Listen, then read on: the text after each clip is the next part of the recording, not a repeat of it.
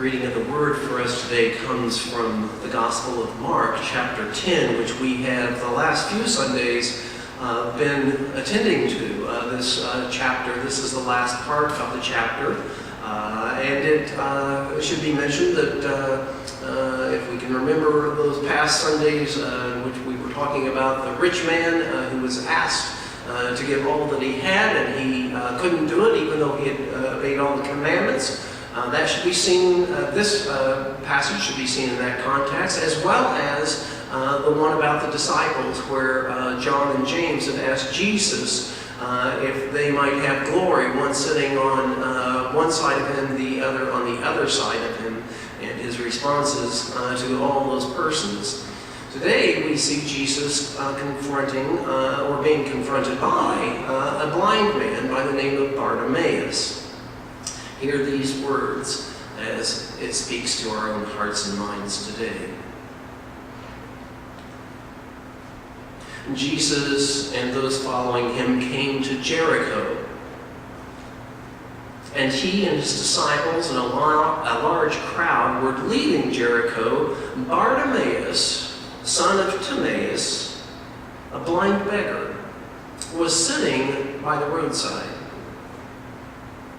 Now, when Bartimaeus heard that it was Jesus of Nazareth that was passing by, he began to shout out and say, "Son of David, have mercy on me."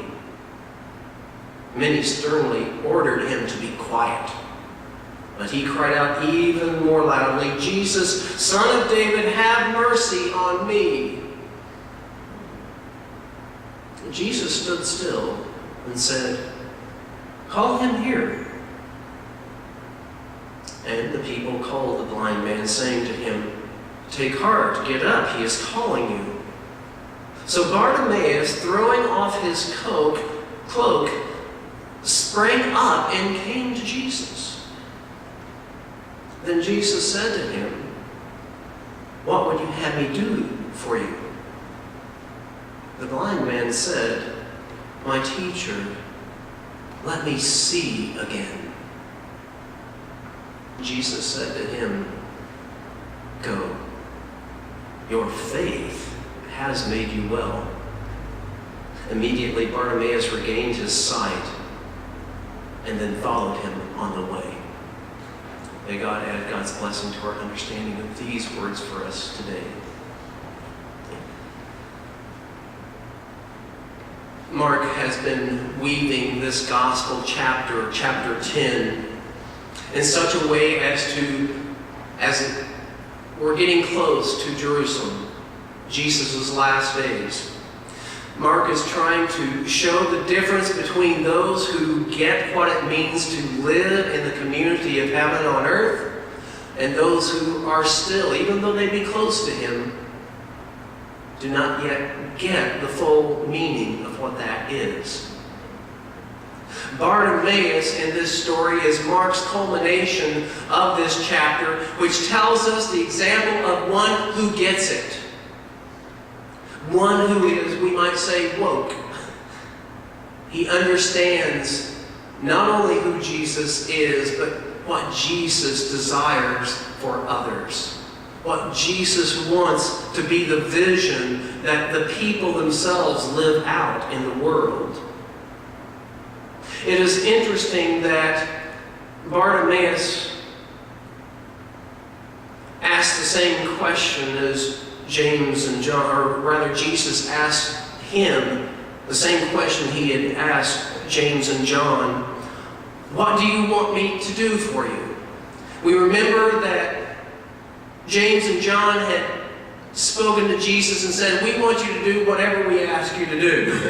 Jesus was a little hesitant with that. When he heard the question, then he had to refuse, because it was not for him to decide who will be with him on one side or the other.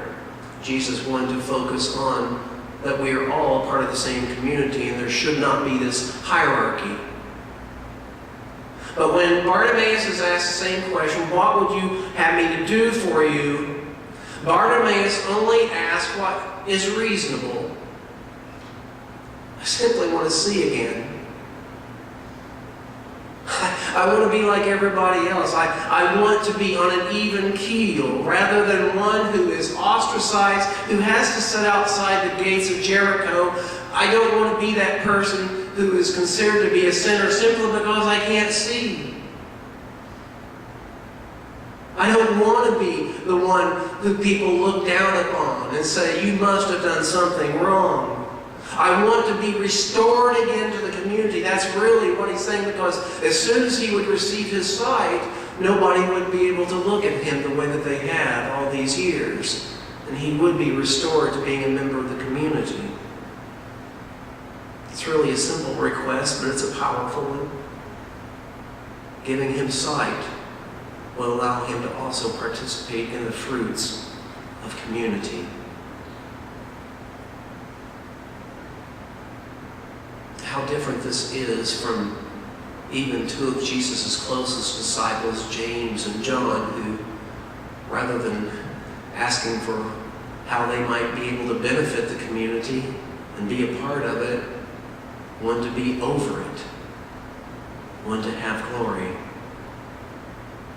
But Bartimaeus' example and his response also harkens back to that even earlier part in chapter 10 where Jesus had a rich man come and say, I've obeyed all the commandments of the law. What else do I need to live the right life? And I'm sure the rich man probably thought to himself, Jesus will compliment me and say, you've done a fine job. Go your way. But instead, Jesus says, I think Jesus understood you may have obeyed the letter of the law, but the spirit of the law you're still missing. So being a rich person, I'd ask you to give up all your excess and give it to the poor and then come and follow me. The rich man simply couldn't do it because he loved his possessions so much. And so he didn't end up following Jesus at all.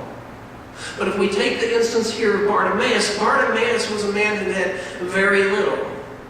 And perhaps the only thing that he actually owned was that in which he had around him to keep him warm or protected either from the sun or from the cold. His cloak. And it mentions in this passage here that when the people finally said, take heart, Jesus is calling you to him, he threw off his cloak as though his only possession, the only thing he had in the world, and he just threw it off. This is an example of somebody who gets it, who, whatever it is that he owns, he says, I'm putting aside because the more important thing is this which I'm going to ask of Jesus. To have my sight restored and be restored to community. To be one of the people once again. To be an equal, not the downtrodden.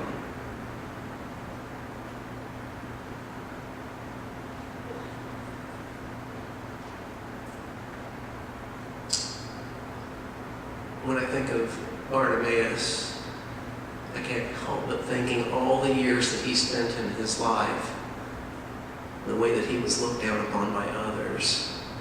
This is not mentioned in the story, but knowing what we know about history and other stories in the Bible, as well as history records, those who had any kind of infirmity whatsoever were treated awfully,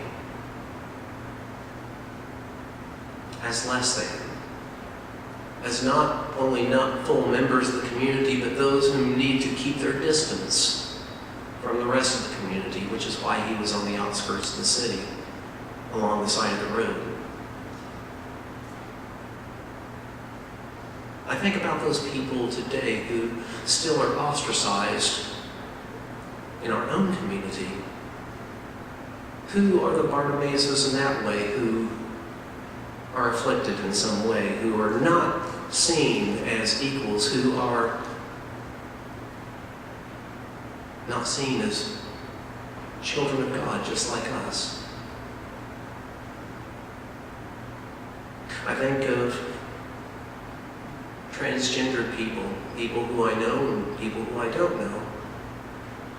because this past week, from the highest echelons of our country, they've been trying to be erased, their identity. If you know anything about transgender people, you know that one of the things that's most critical to them is their sense of identity, and how that's so confusing for them because they feel that they've grown up in one body, but they really are somebody else. And so this sense of identity is a constant question.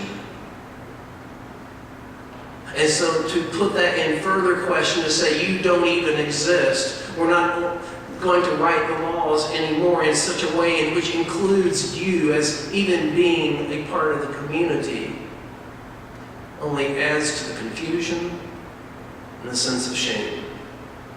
A sense of shame that, by the way, has resulted in those who are transgendered, as well as those who are gay, lesbian, bisexual, to have one of the highest suicide rates in America because they've been so often ostracized. It makes me wonder if Bartimaeus considered self-extinction himself. I'm so glad that he found Jesus before that ever came to pass. I think about others in our society who are often oppressed, especially black persons, who continue again and again. We hear it every week. Some black person being killed. This past week, 2 of them in a suburb of Louisville, by a man who's nothing but a white supremacist and racist. Let's just call it what it is. And not just that, I would add another term, terrorist, domestic terrorist.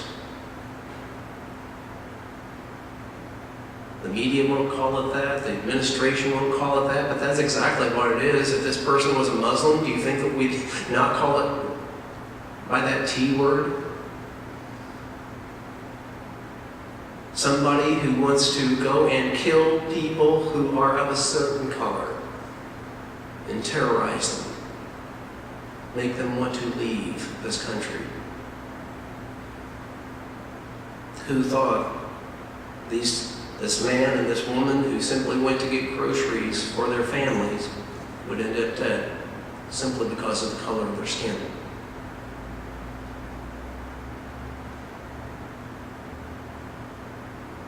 And it's not just people in our society who are, we might say, are sick or deranged.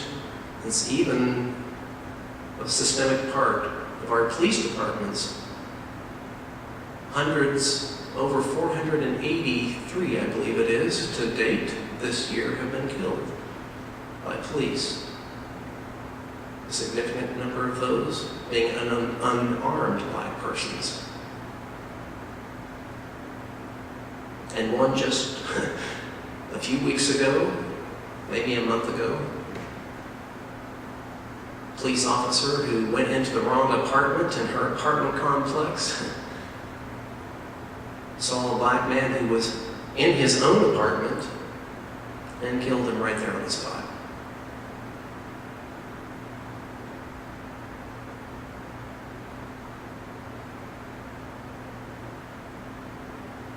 When I had friends in the seminary, very close friends, some of my best friends in the seminary happened to be African American people.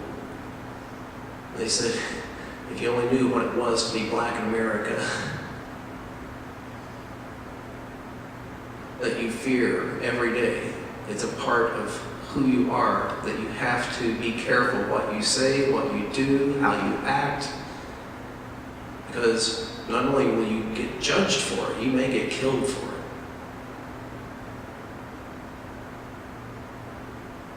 I pray for black people today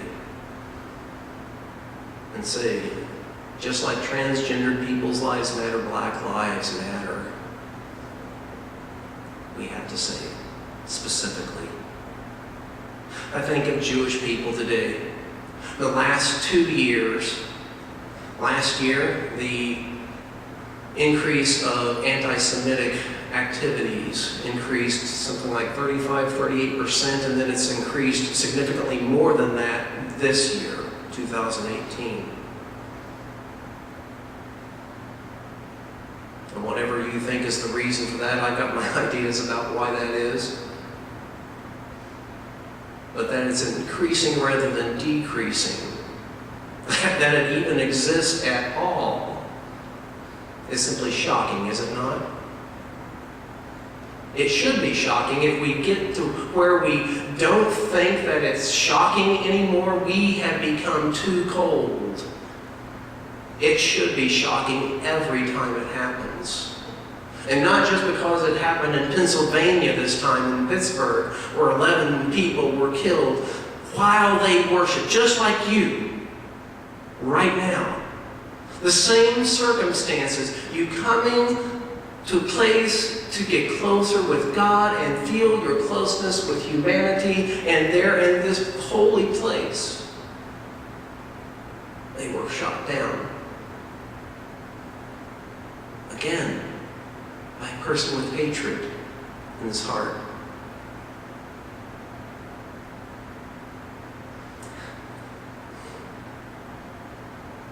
This week's been hard on me. And I'm not even one of those who fits this bill. But I know those who are.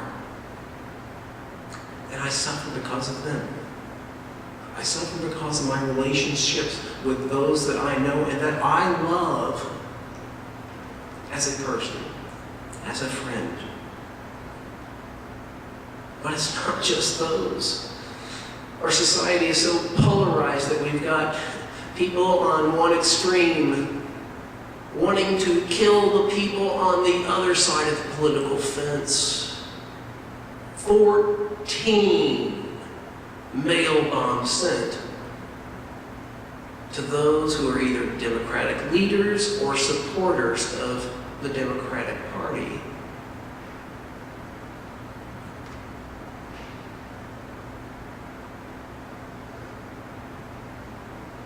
What are we becoming as a society when hatred leads to such violence? But I don't stop there. There is a group of people from South and Central America walking hundreds of miles. Now, they're not simply trying to get in our country. That's not their goal, actually, so much as it is to escape the violence in their country. A violence that has been created by the instability that we helped create in their country. By destabilizing their politics, by creating situations where we send weapons to those who oppress them.